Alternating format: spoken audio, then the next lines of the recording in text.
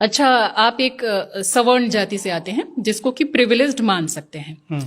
इसके बावजूद भी आपने जब पिछड़ों, दलितों और जो अनप्रिविलेज्ड के लिए काम करना शुरू किया, बात करना शुरू किया, तो इसका आपके दिमाग में प्रोसेस कैसे आया? कब आपको लगा कि ये बात करनी चाहिए? क्या कोई ट्रिगर पॉइंट था? और जब करना शुरू किया, आपकी अपनी फैमिली से, दोस्तों से कैसा रिएक्शन मिला? ट्रिगर पॉइंट एक नहीं होता है। जब आप छोटे होते हैं ना, तो आपको पता नहीं होता है। एक तो सवर्ण होने का सबसे बड़ा नुकसान ये है कि आप वो प्रिविलेज महसूस ही नहीं कर पाएंगे जो आपको मिला है। आपको लगेगा ये सामान्य बात है। मैं 7 साल का भी हूं तो भी मुझे पंडित जी का लड़का कहा जाएगा, और कोई आदमी 60 साल का है और किसी एसटी कम्युनिटी से आता है, तब भी उसके नाम के आगे जी नहीं लगेगा। ये इतना डाइल्यूट प्रिविलेज है जो आप सोच भी नहीं सकते। मुझे लगता है कि इस देश के सवर्णों की जिम्मेदारी है कि उनकी पिछली पीढ़ियों ने शोषण किया है, तो वो इस चीज के लिए बाध्य हैं कि उन्हें सामने आकर के माफी मांगनी चाहिए। आप बदला लेकर के कभी इस लड़ाई को खत्म नहीं कर पाएंगे। आप आरक्षण का विरोध करिए, करते रहिए। इस देश की 80% आबादी तो उसके समर्थन में है। आप करिए विवेचना, कितनी करेंगे? अंततः तो बहुमत से ही चीजें तय होंगी।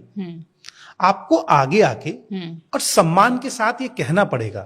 जैसे अफ्रीका में गोरे लोगों ने काले लोगों से घुटने पे बैठ करके कहा कि हमने गलत किया है, सॉरी बोला, और हम इस चीज की माफी मांगते हैं। और सिर्फ एक माफी मांग के आप अपने घर बैठ जाएं, ये भी नहीं चलेगा। आपने 2000 साल शोषण किया है, आपको कम से कम 100 साल माफी मांगनी पड़ेगी। तो यहाँ पर ये वाली जब बात आती है ना, और भी कुछ लोगों के मुंह से मैंने ये बात सुनी, तो उसमें ये कहा जाता है कि अगर जैसे कि मान लीजिए आप भी ब्राह्मण परिवार से आते हैं, मैं भी ब्राह्मण परिवार से आती हूँ, हमने वो चीज फेस नहीं किया, बिल्कुल आपने सही कहा, जो कि उन बच्चों को फेस करना पड़ता है बचपन से लेकर के बड़े होने तक।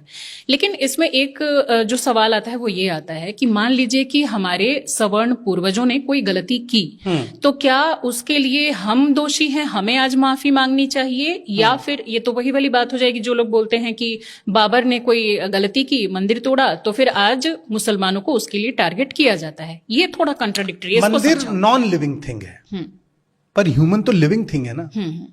आपने जो स्ट्रक्चर बनाया था वो आज भी फॉलो हो रहा है ना। आज भी गांव में जातिवाद है। कोई घोड़ी पर चढ़ता है तो गोली मार दी जाती है। मूंछ नहीं रख सकता, मूंछ नहीं रख सकता है। मंदिरों में नहीं जा इंटरकास्ट सकता, मैरिज नहीं हो सकती है। देश की राष्ट्रपति भी इस चीज का शिकार है।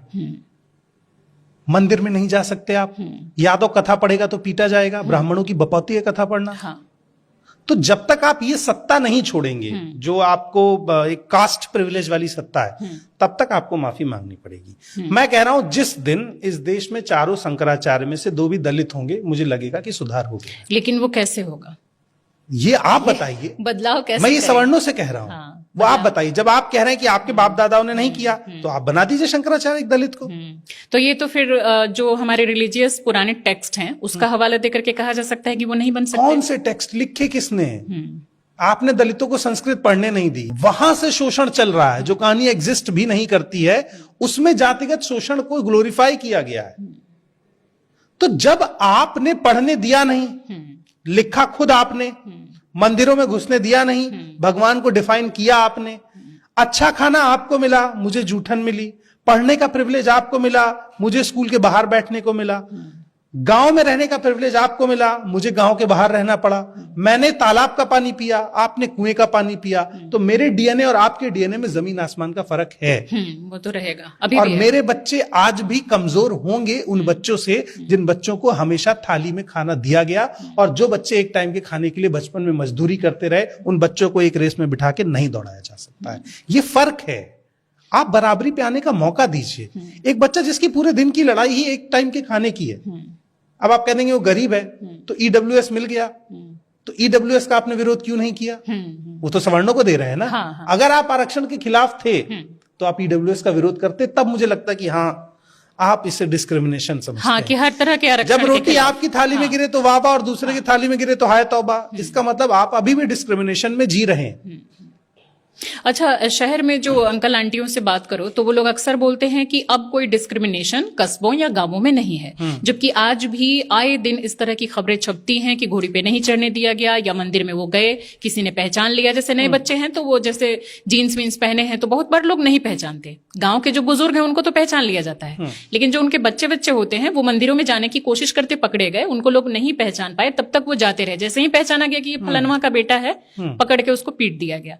शहर कि लोग इन खबरों को क्यों नहीं ध्यान देते और इनसे क्यों जानबूझ के आंखें मूंद लेते हैं, हम सबके माँ बाप?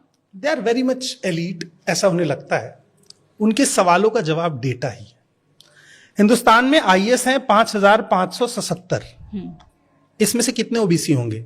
4.3%। अच्छा, काफी कम है। 245। ओके, एससी कितने होंगे? अब बताते रहो डाटा। एससी 2.4% है, 135, और एसटी 67 है केवल। ओके, यानी बाकी जितना बचा 80% लोग सवर्ण बैठे हुए हैं। इसके पीछे अब वजह क्या मानते हैं? क्योंकि अब तो लगभग 80 साल से रिजर्वेशन है। NFS, not for suitable, okay जो आजकल यूनिवर्सिटीज में एक नया टर्म चला है। ओके, डीयू में 1400 प्रोफेसर में से 20% भी ओबीसी नहीं है। इसको थोड़ा डिफाइन कीजिए, इसके पीछे वजह क्या लगता है? इसके पीछे वजह मुझे ये लगती है कि देखिए, पावर में अगर वही लोग बैठे हैं जो कास्टिस्ट हैं, तो वो स्पेस ही नहीं बनने देंगे उन लोगों के आने का। क्योंकि वो कह रहे हैं अगर ये लोग आ गए तो ये अपने लोगों को ले आएंगे, यानी आप मान रहे हैं कि वो लोग आपके अपने नहीं हैं। तो आप पावर स्ट्रक्चर को ब्रॉड नहीं करने दे रहे हैं।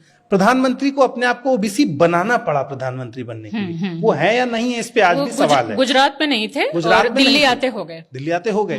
तो अगर मैं कहूं कि आज भी सवर्ण इस देश की सरकार चला रहे तो मैं गलत नहीं कह रहा हूं। आप देखिए, उत्तर प्रदेश में अखिलेश यादव एक्स सीएम रहे हैं ना, उनके मंदिर जाने के बाद मंदिर को धोया गया। हाँ। कितनी शर्मनाक बात है। मतलब आज भी उस आदमी के सीएम होने से पहले उसकी कास्ट इंपॉर्टेंट है, देखी जा रही है। तो आप छोटे लोग की क्या गिनती कर रहे हैं? यानी ये डेटा साफ साफ। अब आईपीएस कितने हैं मैम? आईपीएस है 4594, ओके, 4594, 5.5% आईपीएस ओबीसी हैं, 3% एससी हैं, और लगभग 1.5% के आसपास एसटी। ये रिजर्वेशन के बाद का ये आंकड़ा है, 80 साल बाद, लगभग 75 साल बाद।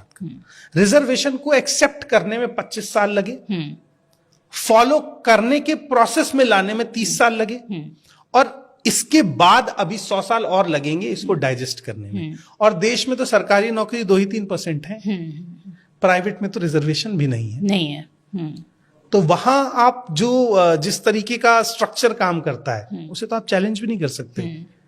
साउथ अफ्रीका टीम ने, क्रिकेट की टीम ने अपने क्रिकेट में रिजर्वेशन दिया कि हम 4 काले लोगों को खिलाएंगे ही खिलाएंगे। अच्छा। सारे गोरे नहीं होंगे।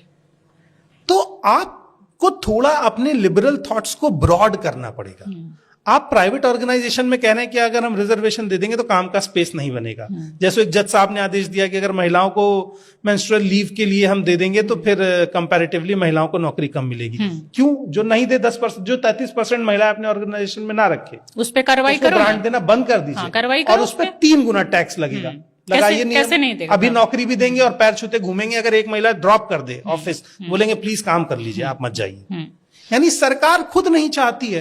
33% रिजर्वेशन की बात 2022 में हुई थी, और लागू कब होगा? 2029 में। इससे तेज कछुआ चलेगा। बीच में डिलिमिटेशन होगा, बिना परिसीमन के वो सीटें ही तय नहीं होंगी, और उसके बाद होगा। मैं कह रहा हूं पॉलिटिकल रिजर्वेशन की मैं बात ही नहीं कर रहा हूं, उसका तथ्य ही नहीं। आप जॉब में दीजिए, आप बैंक्स में दीजिए, आप प्राइवेट कॉर्पोरेट सेक्टर में दीजिए, एजुकेशन में दीजिए, आप फ्रंट लाइन लाइए ना। आप समझ नहीं रहे हैं। 50% आबादी इस देश की काम नहीं कर रही है, करेगी तो देश कहां पहुंचेगा? आपने किचन तक सीमित कर दिया।